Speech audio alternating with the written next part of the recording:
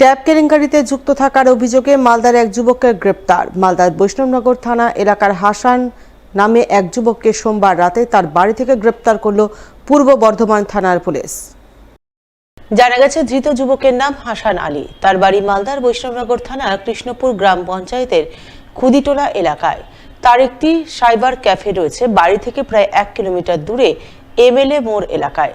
হাসানের পরিবারের তারা 6 ভাই, তার মধ্যে হাসান পঞ্চম।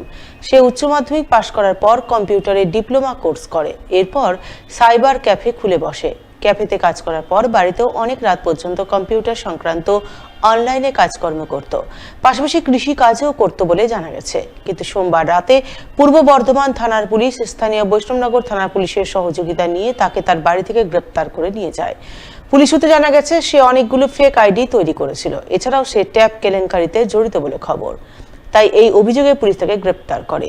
এই ঘটনায় প্রতিবেশীদের বক্তব্য, তারা হাসানকে ভালো ছেলে বলেই মনে করত। সে এই কাজ করেছে বিশ্বাস করতে পারছে না, তবে অন্যায় করে থাকলে অবশ্যই শাস্তি হওয়া উচিত। যদিও ধৃত হাসান আলীর মায়ের দাবি, তার ছেলে ট্যাব কেলেঙ্কারিতে যুক্ত নয়, তার ছেলেকে ফাঁসানো হচ্ছে। আমার ছেলে এমএলএ মোড়ে কম্পিউটারের দোকান করে, অনেক দিন থেকে করে। উচ্চ মাধ্যমিক পাস করেছে। ছেলেকে কেলে 1:30টার সময় নিয়ে গেছে। ওখান থেকে মাঠ থেকে নিয়ে গেছে। কি করছিল? ওখানে মোটর ঘরে পানি দিচ্ছিল, জল দিচ্ছিল জমিতে। এটা আমার ছেলেকে দুশ্মনী করে ফাঁসানো হচ্ছে। আমার ছেলে খুব ভালো ছেলে, আমার ছেলে খারাপ ছেলে না। আমার ছেলেকে দুশ্মনী শয়তানে ফাঁসাইছে এগুলা করে। আপনি কি চাইছেন? আমি আমার ছেলের ভালো চাইছি।